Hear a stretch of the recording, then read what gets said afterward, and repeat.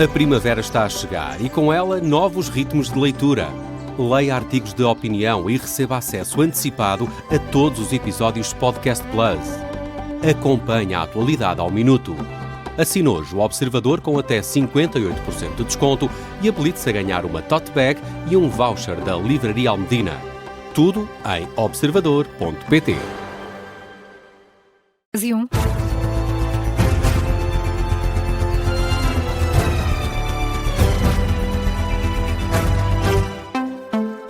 Começamos pela adesão à greve dos trabalhadores da função pública, que ronda os 90% nos hospitais e os 70% nas escolas. São dados da Federação de Sindicatos, que convocou este protesto e fala num grande impacto. E como já era expectável, a saúde e a educação são os setores mais afetados. Os trabalhadores da FESINAP estão desde a meia-noite a cumprir uma greve de 24 horas. É no Hospital de Santa Maria, em Lisboa, que está a jornalista Nadine Soares. Nadine, qual é o impacto do protesto aí nesse hospital? O dirigente da FESINAP, Diogo Mendes, já teve a oportunidade de fazer um balanço inicial esta manhã aos jornalistas. Fala numa grande adesão a esta hora, principalmente nos serviços de saúde. Esta manhã o balanço é positivo, neste hospital na média dos 80% e a nível nacional se calhar dos 90%. Todos os serviços estão assegurados, os serviços mínimos, o serviço funciona 24 horas por dia, 7 dias por semana, blocos de urgência, hemodiálise, quimioterapias, tudo assegurado. Como ouvíamos em específico no Hospital Santa Maria, os dados da FESINAP indicam uma adesão de 80%, mas a garantia de que os serviços e tratamentos urgentes estão a ser assegurados. Já os serviços programados, como consultas e cirurgias marcadas, de acordo com este sindicato, estão a ser afetados esta manhã pela greve. Diogo Mendes fala já num grande impacto neste sentido e critica o Governo por se esquecer das carreiras dos profissionais da saúde. A ser um impacto muito grande, é mau, não é, para os doentes, mas pronto, tem que compreender também a situação dos trabalhadores. Isto, ao final do mês, também mexe na carteira deles, porque não querem saber das avaliações 23-24, ninguém assinou as avaliações 25 ninguém fez, e competências e objetivos para as avaliações de 26 também não há. E principalmente para os técnicos de auxiliares de saúde, querem avaliá-los como os assistentes operacionais. É uma carreira especial desde 1 de janeiro de 24 e neste momento ninguém quer saber dessa carreira. Pensam que não mudou nada, mas mudou. É uma carreira especial como a de enfermagem e ninguém quer saber nada disso. Ainda não é possível ter um número concreto de escolas fechadas esta manhã, mas o sindicato da FESINAP, aqui pela voz de Diogo Mendes, fala já em 70% de adesão à greve por parte dos trabalhadores deste setor. São estes, para já, os dados ainda muito iniciais deste impacto desta greve da função pública esta segunda-feira. A reportagem da Nadine Soares está a dar conta dos impactos desta greve convocada pela Federação Nacional de Sindicatos Independentes da Administração Pública e de entidades com fins públicos. O protesto começou à meia-noite, vai durar 24 horas. O PC Lisboa rejeita comparar as polémicas entre o secretário-geral da Câmara Municipal e Mafalda Livermore. Bruno Ventura acredita que Carlos Moedas não podia ter sido mais assertivo. Foi ele o convidado da Comissão de Inquérito da Rádio Observador, o social-democrata, recentemente eleito presidente da Distrital do PSD em Lisboa, elogia a atuação de Carlos Moedas em relação a Laplane Guimarães. O secretário-geral da Câmara de Lisboa foi colocado em liberdade este domingo, mas fica suspenso de funções e proibido de se deslocar às instalações da Câmara. É uma das polémicas que tem assolado a autarquia de Lisboa. A outra diz respeito a Mafalda Livermore, que foi exonerada da autarquia depois de saber que, através de uma reportagem da RTP, que alegadamente arrendava habitações clandestinas a imigrantes. Ainda assim, para Bruno Ventura, os dois casos não são comparáveis. É uma investigação que está a correr, não existe nenhuma acusação sobre a pessoa. Nós não sabemos em que qualidade a pessoa foi ouvida, portanto, eu percebo o paralelo, mas não encontro fundamento nesta fase para uma atuação mais assertiva do Presidente da Câmara de Lisboa. Seria mais fácil. Você não me estava aqui a fazer esta pergunta, seria mais fácil, mas eu acho que o Presidente da Câmara de Lisboa teve a serenidade tranquila de ter perante os factos que conhecia, de ter a iniciativa política que devia ter tido. Aliás, é algo raro até. Elogia a posição de Carlos Moedas. Recorde-se que Laplane Guimarães é suspeito de corrupção em contratos públicos de iluminações de Natal. O também vice-presidente do grupo parlamentar do PSD culpa o PS pelo impasse na nomeação dos juízes no Tribunal Constitucional. Diz que os socialistas ainda não souberam interpretar os resultados das últimas legislativas e rejeita a teoria de José Luís Carneiro de que o PS tem direito a nomear um juiz para o Tribunal Constitucional por ser um partido fundador da democracia. O PSD leva esse esforço de diálogo até ao limite. Não sacrifica, no altar do diálogo, nem o seu ímpeto de mudança, nem a responsabilidade institucional, como é o caso de termos um Tribunal Constitucional com 9 membros. Com novos membros. Agora, não será da nossa parte que será quebrado o esforço de diálogo. Mas acho que quebra-se o impasse com um bocadinho de bom senso, não é? Eu acho que os dados que são públicos, vocês conhecem e percebem com objetividade a diferença entre uma birra e sentido de Estado e democracia. Bruno Ventura, deputado do PSD, diz que basta bom senso para quebrar o impasse entre PSD, PS e Chega para a nomeação dos juízes do Tribunal Constitucional. Os deputados Hugo Carneiro do PSD e Rodrigo Taxa do Chega criticam a alteração do sentido de voto do Partido Socialista no relatório da Comissão da Transparência da deputada Eva Cruzeiro.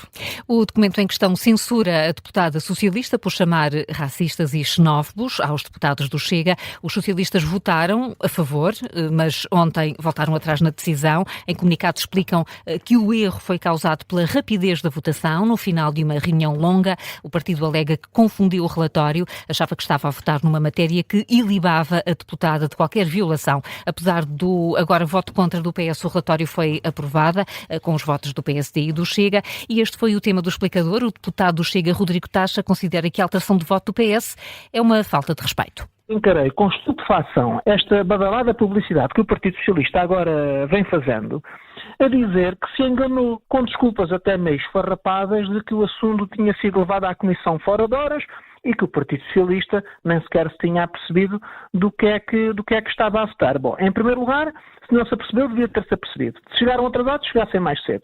Se não tinham responsabilidade sobre o que é que estavam a votar, deviam-se ter informado. E é até uma falta de respeito ao Sr. Deputado Carneiro como relator. É uma falta de respeito que venham agora com desculpas esfarrapadas para justificar o injustificável. Já o Carneiro, o deputado do PSD que redigiu o inquérito conduzido pela Comissão de Transparência, critica o PS depois dos socialistas alegarem que se enganaram a votar. Não é verdade que o Partido Socialista se enganou. O Partido Socialista, no comunicado que fez, disse que confundiu esse relatório com um outro que também visava a senhora deputada Eva Cruzeiro e que, portanto, pensou que estava a votar o outro e foi um erro. Ora, isso é mentira, porque ambos os relatórios foram aprovados. Estava presente a senhora deputada Isabel Moreira e a senhora deputada Dália Miranda, em representação do Partido Socialista. O presidente da mesa repetiu várias vezes o que é que estávamos a votar. Votaram em consciência e mais. O Partido Socialista diz que foi no final da reunião e não foi no final da reunião, foi no início da reunião. Os deputados Hugo Carneiro e Rodrigo Taxa, que foram os convidados do explicador desta manhã. A Rádio Observador também convidou o PS, que informou que não iria participar neste debate. Os agricultores enfrentam por esta altura dificuldades acrescidas devido ao aumento do preço dos combustíveis. Para além disso, os apoios para fazer face aos prejuízos causados pelas tempestades de fevereiro ainda não começaram a chegar ao terreno. É o que denuncia o secretário-geral da CAP, a Confederação dos Agricultores de Portugal. Luís Mira lamenta a demora, dá conta de prejuízos a rondar os 500 milhões de euros, mas explica que os agricultores ainda não podem candidatar-se aos apoios porque o valor ainda não está verificado.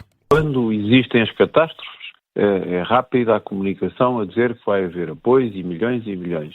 Depois, na prática, e os agricultores que me estão a ouvir sabem que é assim, não chega nada ao setor. Até o momento, com exceção dos 10 mil euros que todos os setores receberam, a agricultura não recebeu nada. E agora, como se isso não bastasse, já temos aqui outro problema com os combustíveis. Estamos numa altura em que há muitas tarefas no campo a fazer para as culturas de primavera-verão e em que vemos um apoio de 30 cêntimos aqui nos espanhóis e em Portugal são 3 cêntimos. O líder da Confederação de Agricultores Portugueses, à Rádio Observador, também o presidente da Câmara de Arruda dos Vinhos, alerta que ainda não recebeu apoios do Estado. Carlos Alves fala de uma partidarização da discussão que em nada ajuda. No artigo de opinião no Público, o autarca fala num esgrimir de culpas que só prejudica os concelhos, sobretudo os mais pequenos. Fala, por isso, num país a diferentes velocidades. O Irão diz ter atingido alvos estratégicos dos Estados Unidos no Médio Oriente, uma base aérea na Arábia Saudita e a frota norte-americana no Bahrein. Al Jazeera cita um porta-voz da Guarda Revolucionária do Irão que denuncia ataques com drones e mísseis contra estes alvos militares. São ataques que acontecem numa altura em que a Guarda Revolucionária do Irão ameaça atingir infraestruturas energéticas em Israel e nos países do Golfo, com o objetivo de enfraquecer a capacidade militar norte-americana. Estas notícias surgem também depois da imprensa israelita avançar que Donald Trump já terá avisado os parceiros no Médio Oriente de que vai mesmo avançar com uma incursão terrestre para tomar a ilha de Karg.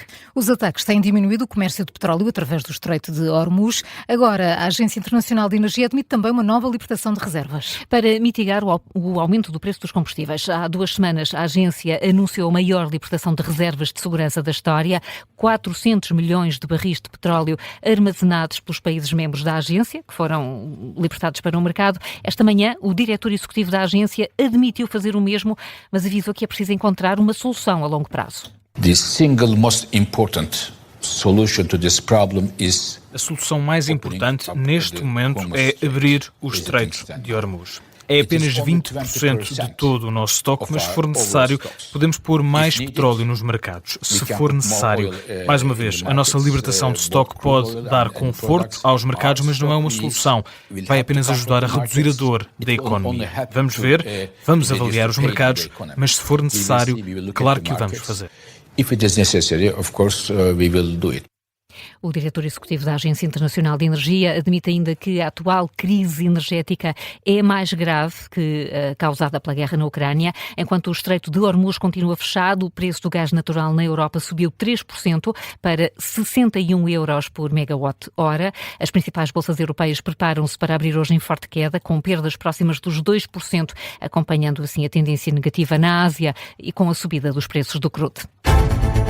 São agora 10h12. Carla, que outras notícias marcam esta manhã?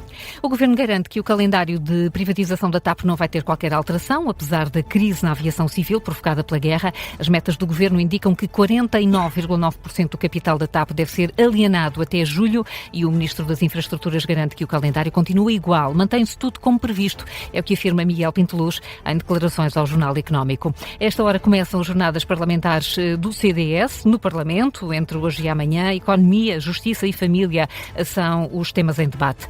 4 ambulâncias que pertenciam a uma organização sem fins lucrativos ligada à comunidade judaica do Reino Unido foram incendiadas num bairro no norte de Londres. O ataque está a ser tratado pelas autoridades como um ato de antissemitismo. Destruiu por completo as ambulâncias num bairro londrino que tem uma forte comunidade de judeus. O primeiro-ministro britânico já reagiu e insiste que o antissemitismo não tem lugar na sociedade inglesa. Pelo menos 2 pessoas morreram e dezenas ficaram feridas num acidente no aeroporto de LaGuardia, em Nova Iorque.